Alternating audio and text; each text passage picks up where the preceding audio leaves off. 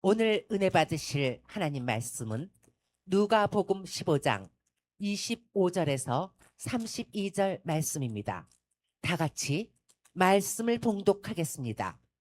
맏아들은 밭에 있다가 돌아와 집에 가까이 왔을 때 풍악과 춤추는 소리를 듣고 한 종을 불러 이 무슨 일인가 물은데 대답하되 당신의 동생이 돌아왔음에 당신의 아버지가 건강한 그를 다시 맞아들임에 뱀으로 인하여 살찐 송아지를 잡았나이다 하니 그가 노하여 들어가고자 하지 아니하거늘 아버지가 나와서 권한대 아버지께 대답하여 이르되 내가 여러 해 아버지를 섬겨 명을 어김이 없거늘 내게는 염소 새끼라도 주어 나와 내 덫으로 즐기게 하신 일이 없더니 아버지의 살림을 장녀들과 함께 삼켜버린 이 아들이 돌아오매 이를 위하여 살찐 송아지를 잡으셨나이다.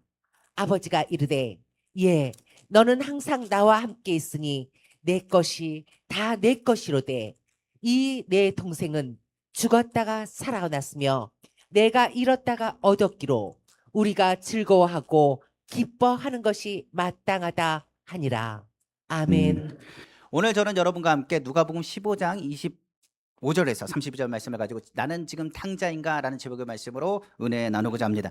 오늘 본문의 배경을 보면 둘째 아들이 아버지께로 돌아왔습니다. 그리고 첫째 아들은 그 아들이 대하는 그 모습을 보고 어떻게 하느냐, 불만 섞인 소리로 이야기하며 화를 내는 장면이 오늘 본문의 메시지라고 볼 수 있습니다. 이야기의 배경은 이렇습니다. 둘째 아들이 아버지가 싫다 해서 자기의 몫을 달라고 했습니다. 그리고 나서 때를 쓰니 아버지가 그 몫을 주었습니다. 그리고 그는 타향살이를 해서 먼 나라로 가서 그 모든 돈을 다 탕진해 버렸습니다. 그리고 결과적으로 먹을 것이 없어지고 정말 힘들고 어려운 가운데 있자 아버지를 생각했습니다. 아버지의 종들은 국리럼을 받고 언제나 풍성했는데 내가 아들로서는 돌아갈 수 없어도 종으로 돌아가면 아버지가 그래도 좋으신 아버지라 오히려 나를 받아주고 나를 먹고 살 수 있도록 도와줄 거라고 그 아들은 생각을 했습니다. 그래서 힘들게 아버지가 있는 곳으로 맞으러 나갔습니다. 그리고 아버지 있는 곳으로 나가는데 아버지는 이미 멀찌감해서 아들을 보고 있었습니다. 그리고 나서 그 아들을 부둥켜 안고 그를 안아주면서 그의 모든 것을 회복해 주었습니다. 그뿐만이 아닙니다. 아들이 들어온 것이 너무나 기쁜 나머지 잔치를 열었습니다. 그리고 잔치를 열고 살찐 송아지까지 잡았다고 말했습니다. 맏아들은 그 소식을 들었습니다. 그리고 돌아와서 생각을 했습니다. 어찌 아버지가 살찐 소까지 잡았는가? 어찌 그 아들, 그 무엇보다도 아버지의 재산을 다 탕진하고 그리고 돌아온 이 아들을 어떻게 그렇게 반가이 맞을 수 있는가라고 이야기하며 오히려 이것을 분노하여 표현한 것이 오늘 본문의 배경이라고 볼 수가 있습니다. 이 부분을 얘기하다 보면 우리가 봐더라도 둘째 아들보다 그 첫째 아들의 말이 더 옳다라고 생각할 수 있습니다. 오히려 맏아들이 말한 것처럼 세상을 향한 세상 법칙도 그렇습니다. 그가 다 탕진하고 돌아왔는데 그가 잘못된 것을 얘기하고 오히려 그것에 대해서 잘된 그 결과라고 얘기할지도 모르겠습니다. 그리고 어찌 보면 세상적인 법칙, 질서, 조직, 사회라면 이러한 일에 대한 결과에 대한 것을 얘기한다면 아버지가 지금 이렇게 행동한 것은 아들이 그 맏아들이 볼 때 잘못됐다고 얘기한 것이 옳다라고 얘기할 수도 있을지 모르겠습니다. 그러나 관가에서는 안 될 것이 있습니다. 무엇을 관가하면 안 되느냐? 돌아온 그 탕자는 아버지에게서 남이 아니라 아들이라는 사실입니다. 그러니까 여기서 중요한 것은 바로 아들이라는 사실을 잊지 말아야 됩니다. 그러면서 예수님께서 이야기를 하셨습니다. 말하기를 이 탕자의 이야기를 통해서 돌아온 아들, 이 아들은 누구냐? 그 아버지의 아들이다. 그 아들이 건강에 돌아왔다. 지금 어떤 일들이 있었고 힘이 들었는지는 잘 모르겠지만 그 아버지가 그 아들을 봤을 때 얼마나 긍휼히 여겼겠느냐. 그리고 그 아들을 받아들이고 오히려 그가 건강에 돌아온 것만으로도 기쁘다고 끌어안고 있는데 이 모습이 잘못됐다고 생각하냐고 예수님께서 묻고 계시는 것입니다. 그러니까 한마디로 얘기하면 이 사람은 너에게는 돌아온 형제와 같다. 그 형제가 무사히 돌아왔는데 오히려 기뻐하고 즐거워하는 것이 옳지 않겠느냐라고 예수님께서 물으신 것입니다. 특히 탕자의 이야기 속의 이 비유는 우리도 아는 바 첫째 아들 맏아들은 그렇습니다. 우리가 아는 것처럼 대장과 제사장과 율법학자와 그리고 바리새인과 서기관과 율법에 의한 유대인들입니다. 우리가 잘 아는 건 유대인처럼 하나님 말씀대로 산다는 사람들, 하나님을 섬기는 사람을 맏아들이라고 이야기하고 있고 이 둘째에 대한 부분은 우리가 아는 것처럼 창기와 세리와 같은 죄인된 사람으로서 하나님 아버지께 돌아와 뉘우쳐 멀리 떨었다가 회개하고 돌아온 사람들이라는 것을 알 수 있습니다. 그러나 이 이야기를 더 집중적으로 보다 보면 우리가 뭘 알 수 있느냐? 이 이야기는 단순히 탕자의 비유가 아닙니다. 더 나가서 무엇을 얘기하느냐? 아버지의 마음을 누가 진짜 아느냐에 대한 부분을 확인할 수가 있습니다. 그러니까 한마디로 얘기하면 이렇게 얘기할 수 있습니다. 아버지의 마음을 모르고 자기는 아버지 뜻대로 행한다는 착한 아들이라고 착각하는 맏아들과, 그리고 더 나가서 아버지의 마음을 아프겠지만 아버지의 마음을 깨닫고 뉘우쳐 아버지가 돌아온 진실된 아들의 모습이라고 이야기할 수 있습니다. 그럼 이야기의 전반적인 상황을 보면 이 마지막 대목에서 지금 누가 탕자입니까? 성경에 말하기를 돌아온 탕자는 이전엔 탕자였습니다. 그러나 이제 더 이상 탕자라고 부르지 않을 것입니다. 그러나 이 첫째 아들은 뭐라고 부르느냐? 오늘 본문을 보면 알 수 있는 것처럼 아버지께 화를 내고 아버지의 마음을 이해할 수 없는 탕자인 것을 확인할 수가 있습니다. 아버지의 마음을 이해할 수 없으면 뭐가 문제가 되느냐? 아버지 뜻대로 살 수가 없습니다. 내가 아버지 뜻대로 산다고 얘기하지만 착각하고 오히려 하나님의 마음을 아프게 한다는 사실을 우리는 알아야 되는 것입니다.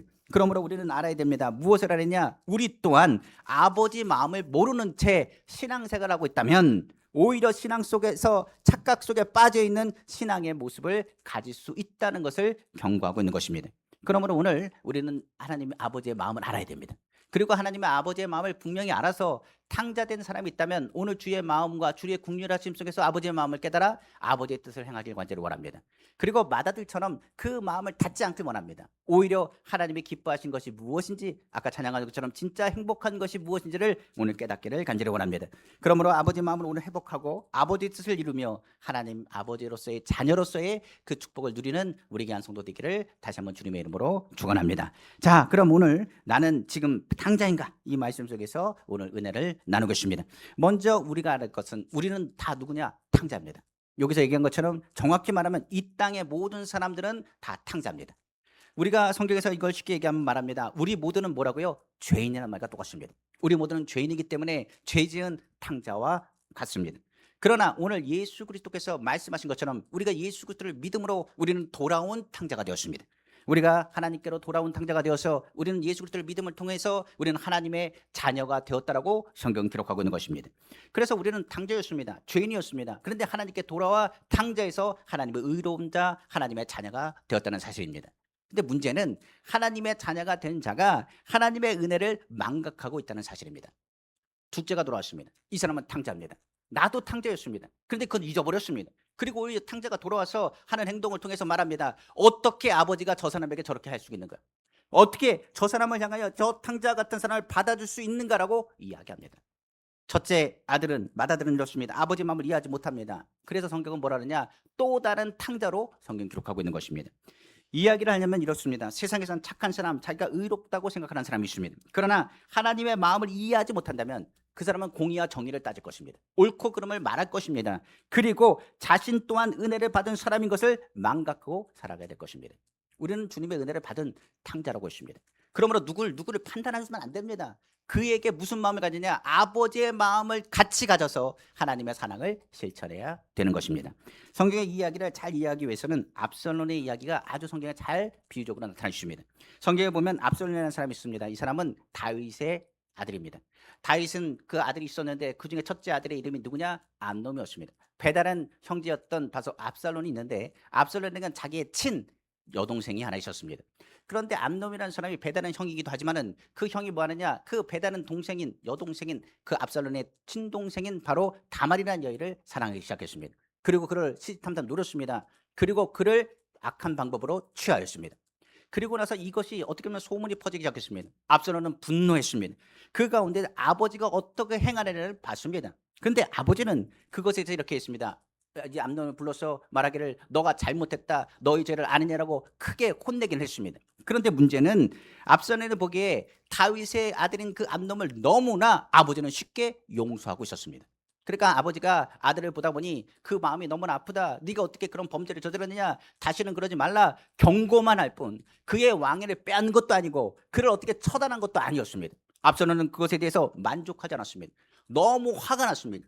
아버지에 대한 부분이 너무나 화가 났습니다. 암논보다 더 화가 났습니다. 그리고 나서 때를 구하기 시작했습니다. 그리고 나서 아버지의 마음을 아프든 뭐든 상관없이 압살롬은 준비하고 기회를 봐서 그 형 암논을 죽이기 시작합니다. 그리고 암논을 죽이고 나서 다윗에게 마음의 상처를 주고 그 자리를 떠나게 됩니다. 그리고 오랜 시간이 흘렀습니다. 아버지가 아들을 그리한다는 말을 듣고 나서 요압이 중지하고 결과적으로 요압에 의해서 다윗의 성으로 다시 압살롬이 돌아오게 됩니다.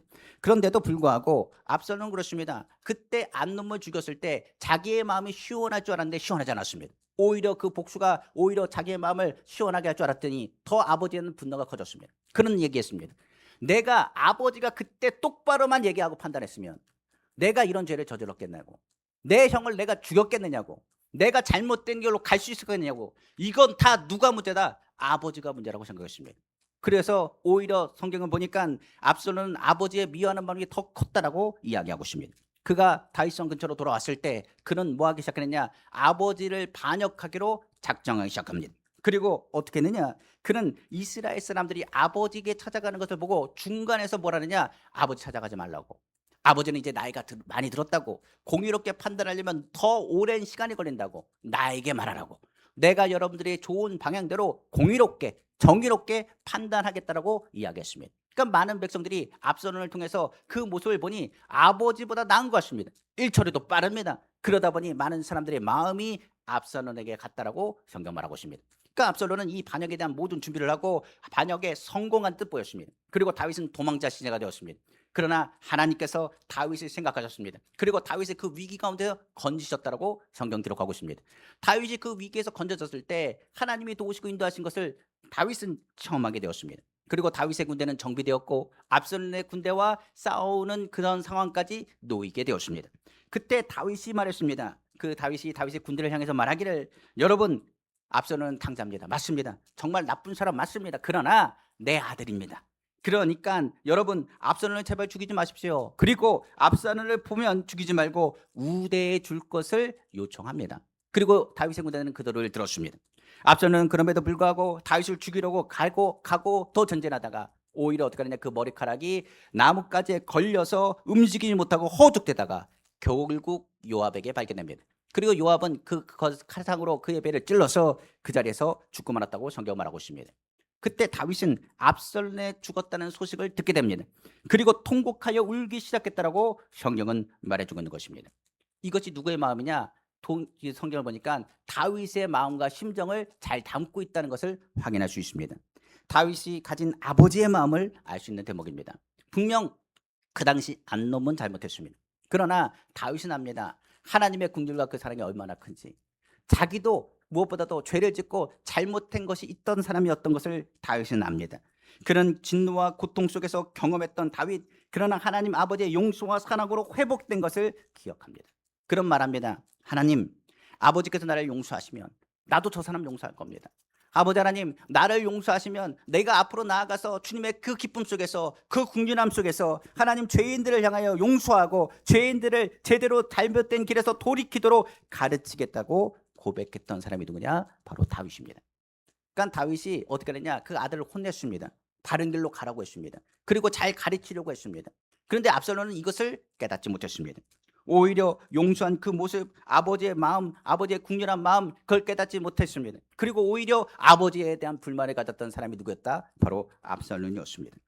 결과적으로 그는 어떻게 했느냐? 사사건건 다윗의 모습을 떠오를 때마다 암놈의 또 얼굴이 떠오르고 용서한 그 모습 속에서 화가 났던 사람, 오히려 다윗을 죽이려고 틈틈이 준비했던 사람이었습니다.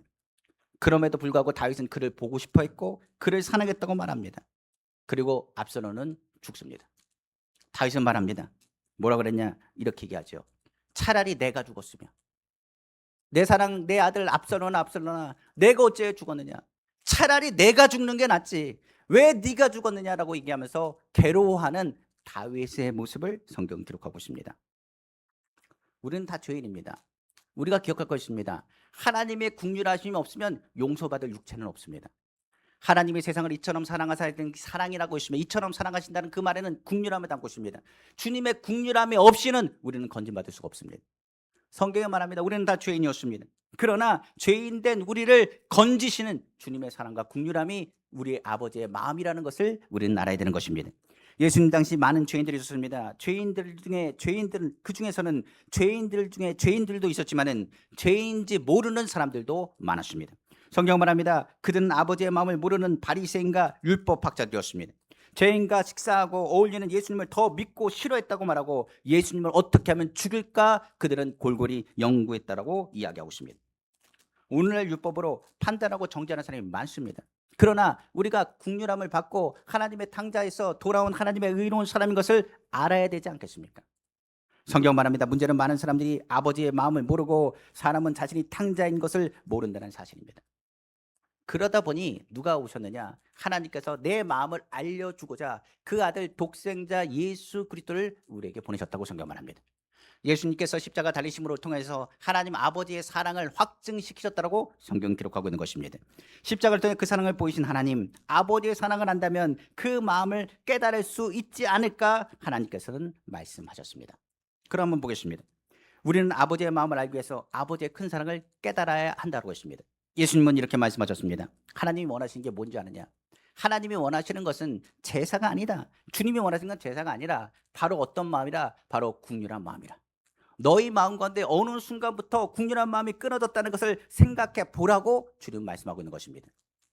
둘째 아들은 그 가운데 완전히 누더기 옷을 입고 나아갔습니다. 아버지는 좋으신 아버지라. 아버지는 언제나 국률이 많아서 그 종들에게 잘 대우하고 그 종들이 어려움이 있을 때마다 돌봤던 사람이라. 내가 종으로 돌아간다 할지라도 하나님 그 아버지는 국률이 많기 때문에 나를 받아줄 거라고 그런 생각을 했습니다. 그리고 나가는데 멀밤새에서 벌써 아버지는 보고 있습니다. 그리고 다른 사람은 신경 쓰지 않습니다. 그 모습이 너무나 초라하기 때문에. 근데 아버지는 단번에 알아봅니다. 그리고 뛰어갑니다. 그리고 그 걸음걸이만 봐도 아는 듯 그를 다가갑니다. 온몸은 냄새가 납니다. 그리고 누더기 옷을 입었습니다. 그런데 끌어안습니다. 그리고 말합니다. 내 아들이 돌아왔구나라고 너무나 기뻐합니다. 그리고 가락지에 끈을 치고 옷을 벗기고 새 옷을 입혀줍니다. 목욕을 시킵니다. 그리고 잔치를 베풉니다. 그리고 더 나아가서 뭐 하느냐? 살찐소를 잡습니다. 살찐소를 왜 잡는지 아십니까? 살찐소는 일회용 음식이 아닙니다. 살찐소는 잔치를 베풀 때 큰 잔치, 무엇보다 공표하고 소문을 날 때 큰 잔치를 베풀 때 살찐소를 잡습니다. 마찬가지로 오늘 본문에 나온 것처럼 살찐소를 잡은 것은 이는 내 아들이 돌아왔다, 내 아들임을 공포한 것입니다. 모든 것 가운데 모든 것을 탕진했지만 이 아들이 살아 돌아왔다, 내가 너무나 기쁘고 즐겁다 하며 그 아들을 자기 아들이라고 선포하고 그 아들에 대한 회복을 선언하는 자리가 살찐소를 잡는 잔치 자리입니다. 근데 첫째 아들이 왔습니다. 마들이 왔더니 이건 말도 안 되는 행동입니다. 아버지 어쩌면 이럴 수가 있습니까? 왜 아들이 이렇게 돌아왔습니까? 재산을 당신의 아들, 자신의 재산을 탕진하고 돌아온 이 아들을 왜 받아줍니까? 부정하고 아버지의 마음을 더 아프게 하는 모습을 성경 기록하고 있습니다. 성경에 보면 이런 부분 많이 나와 있습니다. 그 아들에게 뭐 하느냐? 국률한 마음이 없어졌거든요. 성경에 보면 아담을 하나님 창조하시고 하와를 또 창조하셨습니다. 그런데 죄가 들어왔습니다. 죄가 들어왔더니 뭐라고 하나님께 얘기하는지 아십니까? 하나님 왜 나에게 이 여자를 줬습니다. 왜 이 여자? 당신이 나에게 준 여자 때문에 내가 죄를 졌습니다. 사람이 죄가 들어오면 뭐가 빠지느냐? 국률한 마음이 사라져버립니다. 국률한 마음이 사라져버리면 그 가운데 어떻게 되느냐? 하나님의 국률함을 받을 수가 없습니다. 이러한 사람을 무슨 사람이라냐? 은밀한 죄인이라고 말합니다. 그러니까 세상에 봤을 때는 죄인같이 안 보입니다. 그런데 국률한 마음이 사라진 사람은 하나님 입장에서 뭐 하느냐? 은밀한 죄인입니다. 이 은밀한 죄인을 심판할 때 죄인을 향해서 주님은 이렇게 말씀하셨습니다. 주님께서 말씀하시길 내가 나를 아느냐고 말합니다. 내가 주님에서 얼마나 많은 일을 한지 아십니까? 내가 주님에서 어려운 사람 많이 도왔습니다. 내가 주님을 섬기고 살았습니다. 나 헌신하고 살았습니다. 내가 주님에서 귀신을 내어 쫓았습니다. 병든 자를 치료했습니다. 주님의 이름을 가지고 많은 일들을 했습니다 라고 말합니다. 그런데 주님이 뭐라고 말씀하시느냐? 나는 도무지 너를 알지 못하느라 불법을 행하는 자라고 이야기하십니다. 바로 무서운 것은 불법으로 살지 않았다고 생각했다는 사실입니다. 그리고 말합니다. 내가 무슨 불법을 행했습니까? 내가 도대체 무슨 잘못을 했습니까? 내가 아버지대로 살지 않았습니까? 라고 묻습니다. 그때 심판대 앞에서 이렇게 말씀하십니다. 너는 내가 목마를 때 물을 떠난 적이 있느냐? 그리고 내가 갇혔을 때 나를 돌보지 않지 않았느냐? 찾아온 적이 있느냐고 묻습니다. 그가 말합니다. 언제 주님이 찾아오셨습니까? 언제 목이 마르다고 하셨습니까? 언제 나에게 이 감옥에 갇혔다고 이야기하시고 찾아오라고 하셨습니까? 주는 말합니다. 내가 작은 소자에게 한 것이 나에게 한 것이고 죄인들을 향해 선을 베푼 것이 내게 한 것이 아니냐라고 말씀하십니다. 작은 자를 무시하는 것은 그럼 결과적으로 나를 무시하는 것이고, 어려운 사람을 돌보지 않는 것은 나를 돌보지 않는 거랑 똑같다. 내 마음 가운데 어느 순간부터인지 국률한 마음이 사라지고 아버지의 사랑을 실천하지 않고 선을 행하지 않는다면 너는 세상에 보기에는 법대로 사는 것 같이 보이지만 내가 보기에는 뭐라고요? 불법을 행하는 자라. 너는 어떤 사람이라 너는 내가 도무지 알지 못한다라고 주님이 말씀하신 것입니다. 고아와 가부를 무시한 약자를 돌보지 않는다면 죄인이라는 사실을 알아야 됩니다. 아버지의 마음을 알지 못한다면 그 사람은 아버지의 마음을 알지 못하는 은밀한 죄인이요 불법을 행하는 자인 것입니다. 이걸 더 한번 구체적으로 한번 보겠습니다. 예수님께서 말씀하셨습니다. 율법이 뭔지 아니? 묻습니다. 율법의 완성이 뭡니까? 라고 물었습니다. 예수님 말합니다. 하나님을 사랑하고 내 이웃을 사랑하는 것이 율법의 완성이야. 이것은 누구의 강령이라고 말했냐? 선자들이 말했던 강력한 메시지, 강력이 되는 메시지가 무엇이냐? 바로 하나님을 사랑하고 내 이웃을 내 몸같이 사랑하는 거야. 너희가 기도하잖아. 기도하는데 너희 형제가 잘못을 저질렀어. 그러나 그 잘못을 용서해 주지 않고 기도하면 내가 그 기도 듣겠니? 안 들어. 내가 그를 용서해 주고 그가 잘못이 없다는 게 아니야. 분명 잘못했어. 그러나 용서해 주라. 내가 널 용서한 것처럼. 그러면 너도 용서를 받을 것이고 국률함을 받을 거예요. 내가 국률을 여기면 국률함을 받을 것이고 내가 그의 사랑을 베풀면 그 사랑을 내가 받을 거예요. 그러니까 율법은 뭡니까? 하나님을 사랑하고 내 이웃을 내 몸과 사랑하는 것입니다. 국률한 마음이 없고 국률을 베푸지 않으면 사랑이 없는 사람은 어떤 사람입니까? 율법을 행하지 않는 사람이요. 그 사람은 무슨 사람이요? 바로 불법을 행하는 사람입니다. 주님 말합니다. 하나님은 사랑이시랍니다. 그 사랑을 실천하지 않는데 어찌 너희가 율법을 향하여 말하고 하나님의 법대로 산다라고 말하느냐라고 주님이 말씀하신 것입니다. 그럼 우리에게 묻습니다. 나는 탕자입니까? 탕자가 아닙니까? 저는 법을 어긴 적이 없는데요. 그럼 국률을 베풀고 있습니까? 선을 베풀고 있습니까? 하나님의 사랑을 베풀고 있습니까? 하나님의 자녀라는 사실을 알고 있습니까? 하나님의 자녀로서 바른 길을 선택하고 있습니까? 나의 것을 가지고 남을 도와주고 있습니까? 그리스도의 사랑을 실천하고 있습니까? 라고 우리에게 묻는 것입니다. 이 부분을 알려면 다음 문맥을 봐야 됩니다. 성경에 보면 누가복음 15장으로 끝나는 것이 아니라 16장에는 두 가지 비유가 나와 있는데 첫 번째는 불의한 청지기의 이야기가 나오고 두 번째는 누가 나오냐? 부자와 나사로의 이야기가 나옵니다. 이것은 마다들에 대한 결정권에 대해서 두 가지로 얘기할 수 있습니다. 마다들이 어떤 결정권을 하느냐에 따라서 그 길이 완전히 달라집니다. 첫 번째 불의한 청지기는 선택을 했습니다. 뭘 선택하느냐? 내가 불의한 것에 걸렸다. 그리고 내가 이제 나가게 된다. 그 나가게 되면 나는 정말 비참해질 것이라. 그래서 그는 어떻게 하느냐? 많은 이들에게 말합니다. 주인에게 빌린 돈을 내가 탕감해 주겠다고 하면서 주인의 그 도장을 가지고 그들의 돈을 탕감해 줍니다. 여기서 때 불의한 청지기라는 얘기보다 오히려 성경은 뭐냐냐? 그를 향해서 지혜롭다고 칭찬합니다. 성경을 보면 이렇습니다. 불의하다는 것 세상의 모든 사람은 다 불의합니다. 결과적으로 말합니다. 자기는 죄인이기 때문에 정말 불의한 가운데 있기 때문에 나이가 이것을 걸려서 어려움 당할지도 모르겠습니다. 그러나 주인은 어떤 사람이다? 국률이 많은 사람이라. 성경을 우리가 확인하는 것처럼 국률이 얼마나 많은지 그에게 빚지는 사람, 그가 어려운 사람을 그 수시로 도와줬던 거 확인할 수 있습니다. 얼마나 많이 도와줬는지, 그 종이가 얼마나 쌓였는지, 그가 많은 사람, 어려운 사람을 도와주고 그들을 생각했는지를 성경 통해 확인할 수 있습니다. 그리고 나서 그 부서가 하나 생긴 겁니다. 청지기에게 그것을 맡긴 것이고 그 사람은 뭡니까? 어려운 사람을 그 주인의 이름으로 그 서류를 떼어줬던 사람이었습니다. 그러니까 주인이 어떤 사람이라 국률이 많은 사람, 어려운 사람을 돕는 사람인 것을 알고 있습니다. 그런데 어느 순간부터가 자기가 그것을 권력이라 생각했습니다. 그런데 이제 나가게 되니 나도 저 사람과 똑같은 처지가 되겠구라는 걸 생각했습니다. 그리고 말합니다. 내가 여기서 살 길은 뭐밖에 없다. 주인의 것이긴 하지만 내가 이것을 통해서 어려운 사람에게 어떤 것을 행해야겠다. 국률함을 행해야겠다. 내가 있는 자리에서 할 수 있는 최대한을 다해서 어려운 사람을 돕는 것이 좋겠다고 생각합니다. 그래서 100만 원 구한 사람에게 말합니다. 여기다 쓰라. 100이라고 하지 말고 고치라. 50이라고 고치라. 1000만 원 쓰는 사람에게 말합니다. 고치라. 뭐라고요? 500이라고 고치라. 10만 원 쓴 사람이 말합니다. 10만 원 그거 생각하지 마라. 그냥 2만 원만 쓰라고 고치라고 말합니다. 그리고 뭐합니까? 자기 건 아니지만 주인의 도장을 찍어줍니다. 걱정하지 말라고. 그리고 생각합니다. 내가 이곳에서 쫓겨나가더라도 내가 국률을 베풀었기 때문에 그 사람들에게 나에게 국률을 베푸지 않겠는가라고 생각을 합니다. 근데 주인이 이것을 모르나요? 압니다. 그리고 그를 생각하기에 그가 지혜롭다고 말씀한 것입니다. 저도 여의도에 있을 때 장애인 대교하고 마포대교 많은 대교를 돌아다녔습니다. 그때 많은 성도님들이 조금씩 이제 돈을 줘요. 그러면 어떻게 하느냐? 이것을 제가 이렇게 했습니다. 모아가지고 어려운 사람에게 줬습니다. 국률한 이제 가지고. 그때 국률한 마음이라기보다는 너무 힘들어 보이셨어요. 그러니까 너무 어렵고 힘든 가운데 있기 때문에 장애인 대교 가면 장애인 하나의 건물의 아파트에 장애인 아파트입니다. 그러니까 이쪽에 가고 저쪽에 가고 이쪽에 가면 이제 주혜종이라고 이제 조금씩 줘요. 그러면 이제 그걸 가지고 어떻게 하느냐? 처음엔 안 받습니다, 안 받습니다 하면 이런 겁니다. 아, 목사님 나 무시하냐고, 전사님 나 무시하냐고. 그래가지고 아닙니다, 아닙니다. 그리고 감사합니다 하고 뭡니까? 어려운 사람 그 이불이나 밑에다가 이렇게 놓고 옵니다. 그러면 저는 이걸 몰랐어요. 다들 그렇게 하는 줄 알았거든요. 그래서 내 나름대로는 도와준다고 해서 도와줬습니다. 근데 도움받은 사람도 고마워하고 감사하더라고요. 나중에 시간이 많이 흘렀습니다. 대교구 갈 때마다 그런 일들을 이제 조금씩 했어요. 진짜 어려우신 분들은 도와줘야 됩니다. 힘든 일은 도와줘야 돼요.